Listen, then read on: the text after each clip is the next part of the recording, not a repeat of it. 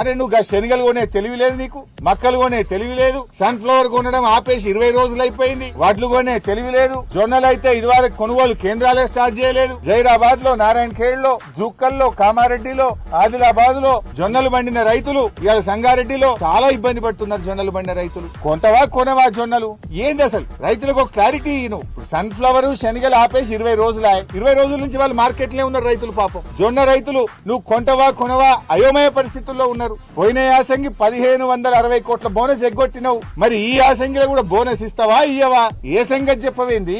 నిన్ను అడిగిన వాళ్ళ మీద కేసులు పెట్టుడు, జైల్లో పెట్టుడు ఇదే సరిపోద్దా?